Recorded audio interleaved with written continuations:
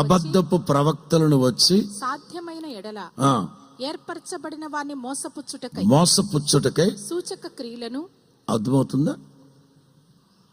సూచక క్రియలు చేస్తారు, అద్భుతాలు చేస్తారు, దయ్యపు శక్తుల్ని వెళ్ళగొడతారు, ఏవేవో చేస్తారు. వీళ్ళందరూ ఒక రోజున పరలోకపు గుమ్మం దగ్గర నుంచొని అల్లల్లాడిపోతుంటారు. ఇదిగో పెద్దాయన, నీకు తెలియకపోవచ్చు పేతురు, ఓ తాళపు చెవి చేతిలో ఉందని పద్దాక తిరగమాక, యేసుబాబుతో చెప్పు, యేసుబాబుని రమ్మను, నీకు సరే తెలియకపోవచ్చు, మేము రమ్మను ఆయన్ని. పేతురు యేసుప్రభుని పిలిచాడు. బోధకుడు వాళ్ళు ఎవరో గొడవ పడుతున్నారు, మీరు అంటారండి. ప్రభు వచ్చారు. ప్రభా చెప్పు ప్రభు, వీడికే ఎవరో తెలియదు అంటున్నాడు. ప్రభు అన్నారు, మీరెవరో నాకు కూడా తెలియదు. ఏం మాట్లాడుతున్నావు ప్రభు నువ్వు? రే మన లింక్ పెట్టరా. ఏ లింకు? మన వాట్సాప్ లింక్ పెట్టరా, యూట్యూబ్ లింక్ పెట్టరా, ప్రభుకి లింక్ పెట్టరా. ప్రభు ఏం మాట్లాడుతున్నావు నువ్వు? ఎప్పటికి ఎన్ని అనుకున్నా ఎన్నిరా? మొత్తం 393 దయ్యాలు ఎలగొట్టా, వాటిలో శంకిని, డాకిని, బోకిని, బోళ్ళు అన్నీ ఉన్నాయి. ప్రభు అంటారు, అయినా మీరెవరో నాకు తెలియదు బాబా. బోధకుడా 136 కట్టాను బోధకుడా. ఏంటయ్యి? సమాధులు అంట. మా సంఘాలు కాదు. మరి బాబు నువ్వెవరో తెలియదురా బాబా. మేము అద్భుతాలు చేసాం, ఆశ్చర్యకార్యాలు చేసాం, మీరు ఎన్ని చేసాం నాకు తెలియదు బాబు, మీరెవరో. యేసుబాబుకే తెలియదు అంటే పేతురికి ఏం తెలుస్తారు వీళ్ళు? ప్రభా నేను యూట్యూబ్ స్టార్ ప్రభా. ఒరే నువ్వు యూట్యూబ్ స్టార్ అయితే నాకేంటి, 5 స్టార్ ఎవరైతే నాకేంటారు, మీరు ఎవరో తెలియదు బాబు. వీళ్ళట ఏర్పరచబడిన వారిని సైతం ఏం చేశారట? రాత్రి దైవ జనాంగమా, నేను అందుకు ఎప్పుడు చెప్తా ఉంటాను, యూట్యూబ్లు, వాట్సాప్లు ఇవి ఉంటాయా, అన్నిట్లో ఏలు పెట్టమాకండి. దేవుడు మీకు ఒక సంస్థను ఇచ్చారు, ఒక ఉపదేశ క్రమం ఒకటి ఇచ్చారు. ఇందులో మీరు మాన్యత కలిగిన సంపూర్ణమైన భక్తిని చేయగలుగుతున్నారు. మీ ఆత్మకి నెమ్మది కలుగుతూ ఉంది. పరిశుద్ధాత్ముడు మీ ఆత్మని మమేకం చేసుకుని చక్కగా మిమ్మల్ని నీటి కాలువల ఎవరన కుడి ఎడమలకు త్రొట్టిలో పున్న నడిపిస్తున్నాడు. ఇనఫ్.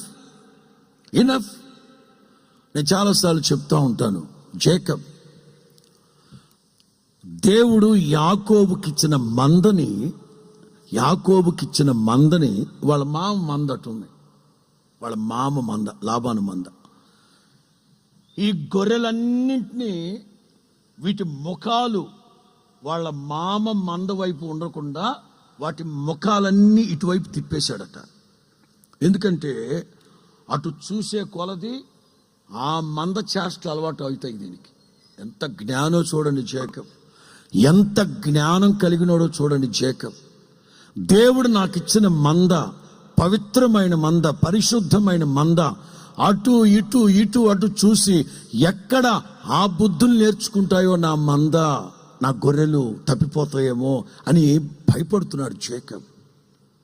దైవ జనాంగమా, దావీదు అంటారు, నీ ఆవరణములలో నివసించున్నట్లు లేక నీ మందిరములో నివసించినట్లు నీవు ఏర్పరచుకొని చేర్చుకున్న వాళ్ళందరూ, ఒక సేవకునిగా ప్రగాఢమైన విశ్వాసంతో నమ్మకంతో చెప్తున్నాను, మిమ్మల్ని అందరినీ నా తండ్రి ఏర్పరచుకొని ఉన్నాడు.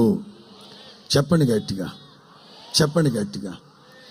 చిన్న ప్రశ్న, ఇట్లా ప్రశ్న జవాబు వేసుకుంటూ వెళ్తాం. దేవుడు ఎవరిని ఏర్పరచుకుంటారు? ప్రశ్న. 2-3 పిల్లల వాళ్ళని ఏర్పరచుకుంటాడా? పచ్చి తాగుబోతోండి పూటగా తాగేవాడిని ఏర్పరచుకుంటాడా? లేక చైన్ స్మోకర్ని ఏర్పరచుకుంటారా? ఎవరిని ఏర్పరచుకుంటాడు? 4వ కీర్తన 3వ వాక్యం. యెహోవా తన భక్తులను, ఇట్లా చదవండి, యెహోవా తన కొరకు భక్తులను ఏర్పరచు, తన కోసం. ఇక ఆయన పని తప్ప వేరొక్కరి పని చేయకూడదు. చెప్పండి, దేవుడు ఎవరిని ఏర్పరచుకుంటారట? చెప్పండి ఎవరిని ఏర్పరచుకుంటారట? మరలా అడుగుతున్నాను, ఎందుకోసం ఏర్పరచుకుంటారట? ఎవరి కోసం? తలలు పైకెత్తండి. కరోనా టైంలో ఎటు చెట్టుపోద్దో, ఈ సాఫ్ట్వేర్ కంపెనీలో ఉద్యోగం చేస్తున్నాను, వీళ్ళు ఉంచుతారో ఓడబీకేస్తారో తెలవక ఇంకొక కంపెనీతో కూడా టైఅప్ అయ్యి ఒకే ల్యాప్టాప్లో 2 ఉద్యోగాలు చేస్తున్నాడు. ఆ తర్వాత కంపెనీ వాళ్ళ దగ్గర ఇతని బాగోతం బయటపడింది. అరే, నిన్ను మా కోసం ఏర్పరచుకున్నావురా, మా కంపెనీ డెవలప్మెంట్ కొరకు నువ్వేదో చేస్తావని ఏర్పరచుకున్నావురా, నువ్వు మా కొరకు ఏర్పరచుకుని సాఫ్ట్వేర్వి మరలా అటు వెళ్ళేవేంట్రా? పీకేయి ఇటు ఉద్యోగం పీకేయి. దేవుడు మనల్ని అందరినీ తన ఎడల భయభక్తులు గలవాళ్ళకు మనల్ని తన కోసమే ఏర్పరచుకున్నారట. అప్పుడు మనం దేవుని పని చేయాలనా, లేకపోతే సాతాను గారు కూడా అప్పుడప్పుడు రికమెండేషన్ చేస్తున్నాలనా? చెప్పండి. ఆయన కొరకే మనం జీవించాలి. దేవునికి స్తోత్రం చెప్పండి గట్టిగా. 33వ కీర్తన 12వ వాక్యం. యెహోవా తమకు దేవుడుగా గల జనులు ధన్యులు. 33:12. యెహోవా తమకు దేవుడుగా గల జనులు యెహోవా తమకు దేవుడుగా కలిగిన జనులు ధన్యులు. ఆ ధన్యత లిస్టులో మీరుంటే ఒకసారి హల్లెలూయా చెప్పుకోండి. అవునండి, నేను ధన్యుడును అని విశ్వాసంతో హల్లెలూయా చెప్పుకోండి. దేనికి ధన్యులు మీరు? యెహోవా తమకు దేవుడుగా కలిగిన జనులు ధన్యులు. ఇంకా చెప్పాలంటే సామెతలో ఉంటుంది, పరిశుద్ధుడైన యెహోవాను గురించి ఎరిగి ఉండుటయే జ్ఞానము కలిగి ఉండుట. యెహోవా తమకు దేవుడుగా కలిగిన జనులు ధన్యులు. ఆయన తనకు స్వాస్థ్యముగా ఆయన తన కొరకు స్వాస్థ్యముగా ఏర్పరచుకొనిన జనులు ధన్యులు. హల్లెలూయా, స్తోత్రం చెప్పండి గట్టిగా. దేవుడు తన కొరకు తన ఎడల భయభక్తులు గలవారిని తన కోసం ఏర్పరచుకుంటారట. పదే చెప్తున్నాను, పిలువబడిన వాళ్ళు అనేకులు, ఏర్పరచబడిన వాళ్ళు కొద్దిమంది. ఆ కొద్దిమందిని కూడా సాధ్యమైతే కాదు, సాధ్యపరుచుకుంటున్నారు దుర్మార్గులు, లాగేస్తున్నారు, ఈడ్చేస్తున్నారు. రోమపత్రికలో ఉన్నట్లు ఎవరిని ముందుగా నిర్ణయించిన వారిని రక్షిస్తారట, వాళ్ళని ఏర్పరచుకుంటారట, వాళ్ళని నియమిస్తారట. ఎవరిని నియమించుకున్నాడో వాళ్ళని మహిమ పరచును. రోమపత్రిక 8వ అధ్యాయం 30. రోమన్స్ 8:30, 8:30. మరియు ఎవరిని ముందుగా నిర్ణయించెనో, ఎవరిని ముందుగా పిలిచెనో